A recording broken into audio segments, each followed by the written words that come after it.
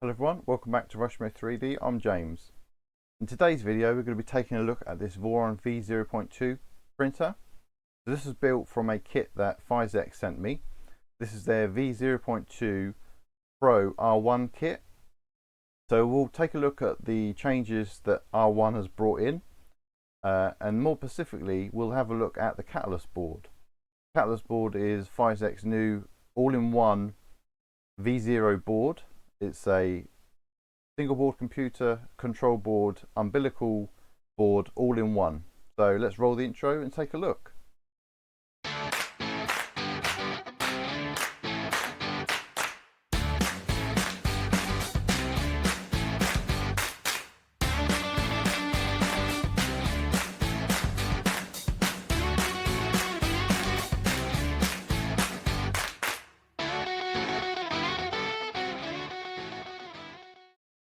Okay, so the first thing we'll do is we'll talk about what the R1 kit has changed from the V0.2 original.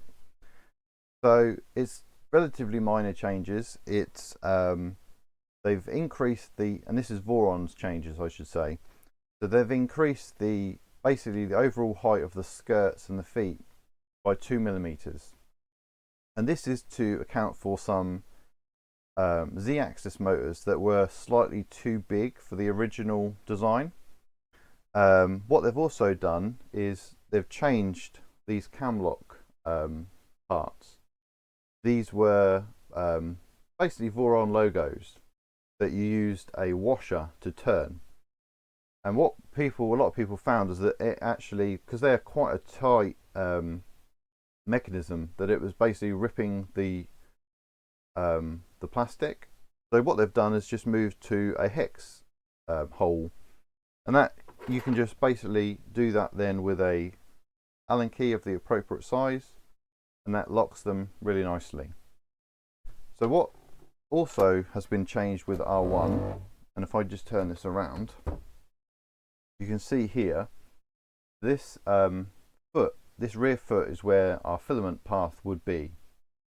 So this foot is actually now a filament sensor as well, and I'll talk a bit about later how I'm not using this, and I think there's actually a modification that you should look at which is much better than this. The only other change was to the stealth burner. They've basically just increased some airflow for the part cooling. They've added an additional hole into the cowling to provide better part cooling. So that's really the changes that R1 has brought. So let's now look at the catalyst board that Fysetc now include with their R1 Pro kit. Okay, so let's talk a bit more about the catalyst board. Let's talk about the specifications first of all. So the catalyst board is an all-in-one board, which means you don't have to have a separate Raspberry Pi and your control board, or even the umbilical board at the top. That's all integrated in one. So this black heatsink here, under here, is your CM68 core, and that's basically your Raspberry Pi element, your single board computer element. And that's a really nice specification as well. It's a Cortex A55, and that gives you up to 2 gigahertz of processing power. It's got 2 gigabytes of LPDDR4 RAM, and a really nice feature is it has a 32 gigabyte eMMC. So that basically means that you don't need an SD card. The storage for your operating system and your G code that you would send to the printer is all stored on the board itself. We have a gigabyte Ethernet port. We have 2 USB 3 ports and 1 USB 2.0 port.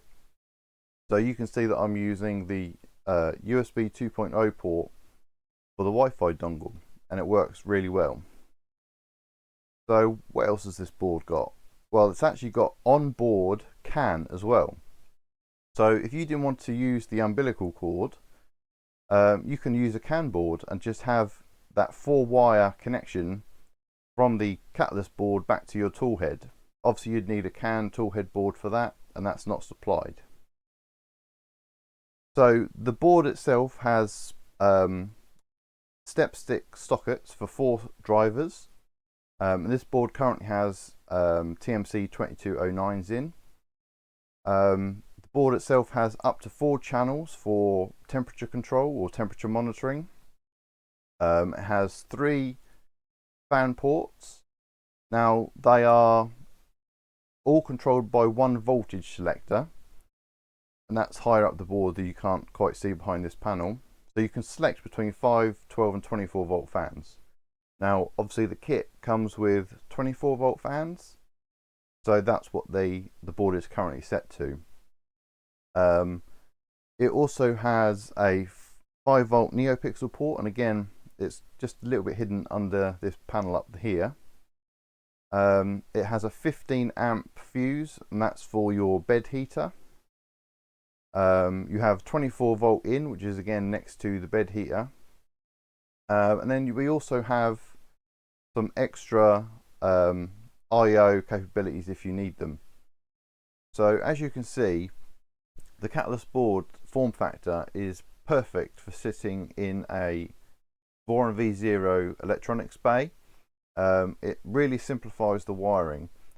Now you'll notice there's a couple of extra wires here, which I'll talk about later. But if you assume that these wires weren't in here, and they don't have to be in there for the printer to work, this is some additional stuff that I've added, then the wiring would be very neat. And the way that's been handled is because the A and B stepper motors are literally just long enough to reach into their respective driver sockets.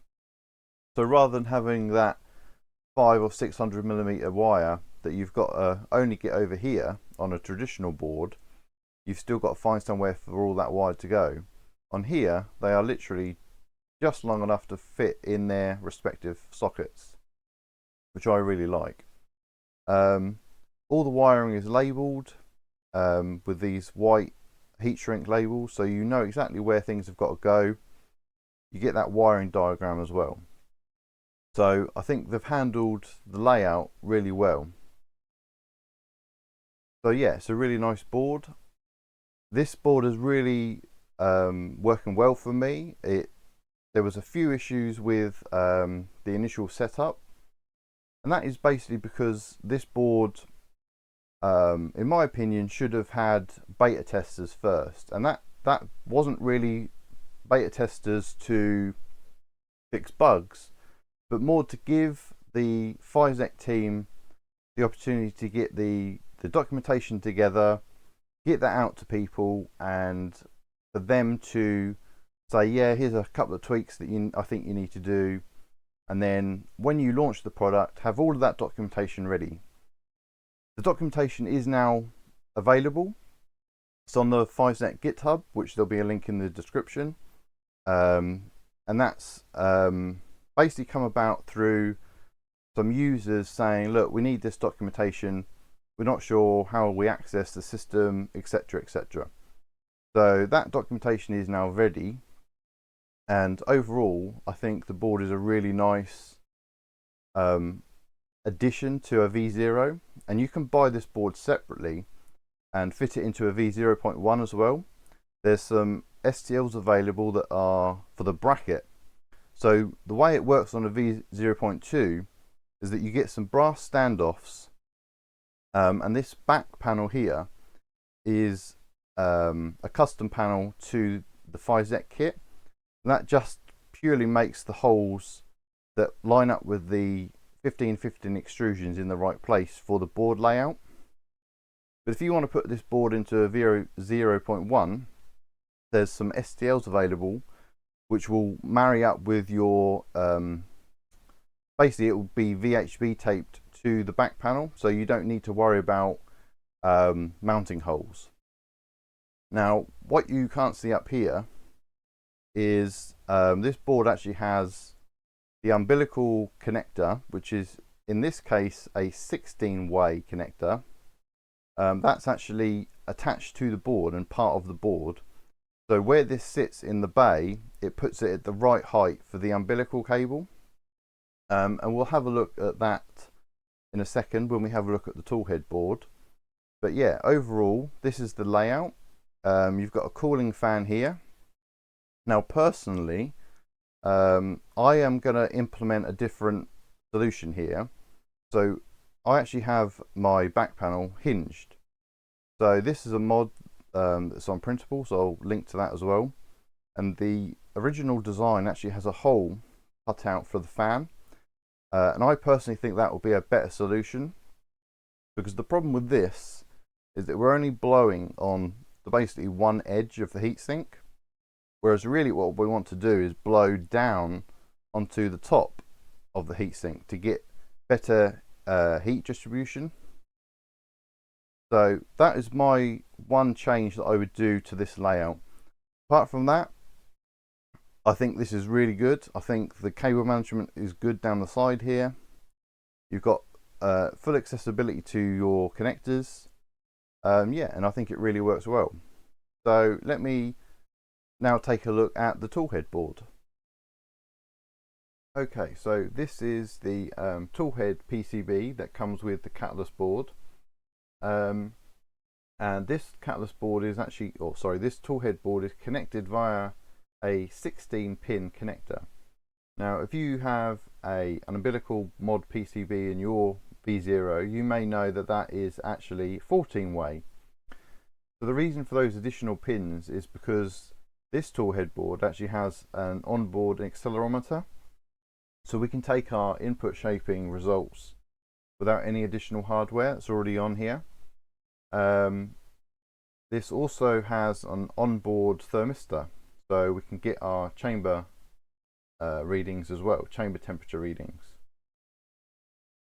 And other than that, it has the normal sockets that you would imagine. It's got our heater connector here, our stepper motor connector, our part cooling fans each have their own connector, our hot end fan, and our thermistor. And there's one spare connector for expansion. And it has some other circuitry on board, but it's basically doing the job of basically taking all of our wires from our toolhead and just making it a lot neater to route back to the catalyst board. Now this does have an additional cover that can go over the top of here. I found that I couldn't get the cables in a position that I liked to use that cover, so I've left it off. And there's no reason to have that cover on. I probably won't put it on. So the board itself actually connects directly, as you can see on the pink part, connects directly to the linear rail and then to the two brass standoffs. So you're actually connecting, you're creating a strong connection there, and that ties everything together. And normally in the previous modifications you may have had, you would have a bracket that the toolhead board then connects to, whereas the toolhead board in this case is doing that job.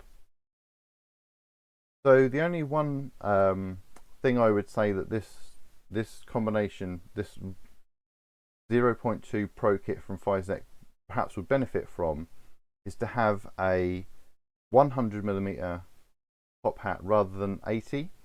Now the reason for that is, if I put this Tophat down and then just zoom out a bit, I might have to just slightly move this camera around. You can see that we've got a bend radius here that isn't, it's quite a sharp bend at the top here. If I just bring this camera down, you can see here that's quite a sharp angle. Now if I show you by moving this toolhead board back, or the whole carriage back I should say, that then gets hit by the Tophat. So I think this would really benefit from having that extra 20mm clearance, and so you would just eliminate that that tight bend. But other than that, I really like this solution. I have Umbilical mod PCBs on my other V0s, and it works really well. So I'm really glad that that's the way that Fysetc went with their catalyst board and their toolhead combination. So I just want to use this part of the video to talk about a couple of modifications that I've made to my V0.2 Pro kit. Now these aren't included with the Fysetc kit. I am going to recommend that they perhaps look at adding the clipper expander. I think it's a great modification, and I have it on my other V0s as well. And I'll put a link to the board itself, the clipper expander, and this rear skirt mod in the description. So what this basically allows us to do is we connect to our catalyst board, in this case via USB. We power the board, and basically what this does in clipper, we can add this as a separate MCU. So this is fully controllable from within clipper. And the clipper expander board gives us basically some 24 volt or whatever your input voltage is, controllable MOSFETs. So I've got a fan in here for a in-printer, in-chamber filter. I've got a 24 volt LED strip plugged in here, and I've got an additional thermistor plugged in. So as well as that, this board also has another thermistor and an I2C connection. So on a different printer, I have a small screen connected to here as well. So it just adds some extra functionality to an already, you've already got a lot of functionality up here, but this is really nice to have. So another modification I want to talk about that I've added to this printer is this rear upper back panel here. Now this is a modification from Maple Leaf Makers, and what this basically does is that instead of routing filament from the rear foot up through the electronics bay and then out the back of the motor panel here, it gives us a better angle into the printer in chamber and then round it into our tool head. And Maple Leaf Makers have made different versions of this back panel. There'll be a link in the description to them. This one just uses an ECAS Bowden connector, and that just basically means that our Bowden tube is not going to go anywhere. It's not going to go in additionally into the chamber. You can also get one with a filament sensor, and if you want a filament sensor, I would definitely recommend this over the filament sensor foot, and that's mainly because I had some issues with false readings. So perhaps give Maple Leaf Makers a look on printables and have a look at this modification. It's something that I will be adding to my other 0.2 printer. I think it's an essential modification. Okay, so there we are. We've had a look at the Fysetc V0.2 Pro R1 kit. We've talked about what the R1 changes are from Voron. We've talked about what Fysetc have included with their catalyst board and toolhead board. And I hope you enjoyed the video. Hopefully you now understand a little bit more about what the catalyst upgrade is. And if you've got any questions, please put them down in the comments. There's going to be a link in the description to the Fysetc GitHub page, but also for the Discord server. Now that is a really good place to ask questions or get any sort of support you may have. Now it's mostly going to be sort of users that are answering questions, but the Fysetc team do monitor the server.